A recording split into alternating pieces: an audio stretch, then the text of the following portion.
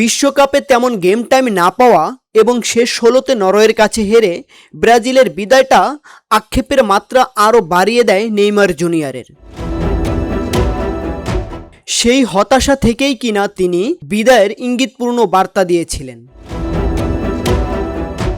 বিশ্বকাপ থেকে বিদায়ের পর এক ধরনের জনপ্রিয় জুয়া ও বুদ্ধিভিত্তিক কার্ড গেম পোকার খেলে একের পর এক বিতর্কের মুখে পড়েন তিনি। এরই মাঝে সান্তোসের জার্সিতে মাঠে নেমে নেইমার জোড়া গোল করেছেন। ব্রাজিলেইরো সিরি এর ম্যাচ আজ রোববার চ্যাপেকোয়েন্সের বিপক্ষে ২-২ গোলে ড্র করেছে সান্তোস। সেখানে দলের হয়ে দুটি গোলই করেন নেইমার। তার চেয়ে বড় বিষয়, বিশ্বকাপে কেবল দুটি ম্যাচে বদলি হিসেবে নেমে ৩৫ মিনিটের মতো খেলতে পারা এই তারকা সান্তোসের হয়ে পুরো ৯০ মিনিট মাঠে ছিলেন।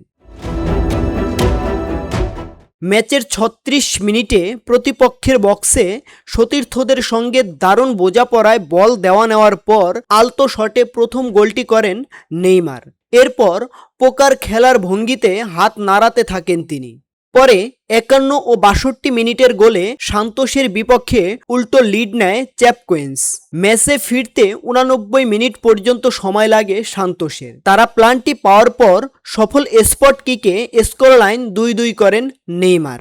এর আগে নিজের সম্ভাব্য শেষ বিশ্বকাপ খেলতে মরিয়া ছিলেন নেইমার। অনেক জল্পনা কল্পনার পর তিনি কার্লো আনচেলত্তির ব্রাজিল স্কোয়াডে জায়গা পেলেও খেলতে পেরেছেন স্রেফ ৩৫ মিনিটের মতো। ফিটনেস নিয়ে জটিলতার মাঝে তাকে ২ ম্যাচের শেষের দিকে বদলি নামান এই কোচ। নরওয়ের বিপক্ষে একের পর এক সুযোগ মিসের ম্যাচে ব্রাজিল হেরে যায় ২-১ গোলের ব্যবধানে। শেষের দিকে প্ল্যানটিতে ব্রাজিলের পক্ষে ব্যবধান কমিয়েছিলেন নেইমার। এরপর তিনি বিদায়ের ইঙ্গিত দিয়ে বার্তা দেন। তবে সেটি নেইমারের শেষ বিশ্বকাপ নাকি জাতীয় দল থেকেই বিদায়, সেটি জানা যায়নি। ইএফটি ফার্স্টের সাথে ট্রেড করুন যে কোনো জায়গা থেকে। ক্যাম্পাসে ক্লাসের ফাঁকে, ঢাকার জ্যামে বসে কিংবা ঘরে বসে, ট্রেডিং এখন হাতের মুঠোয়। তাই ট্রেড করুন যখন খুশি, যেখানে খুশি।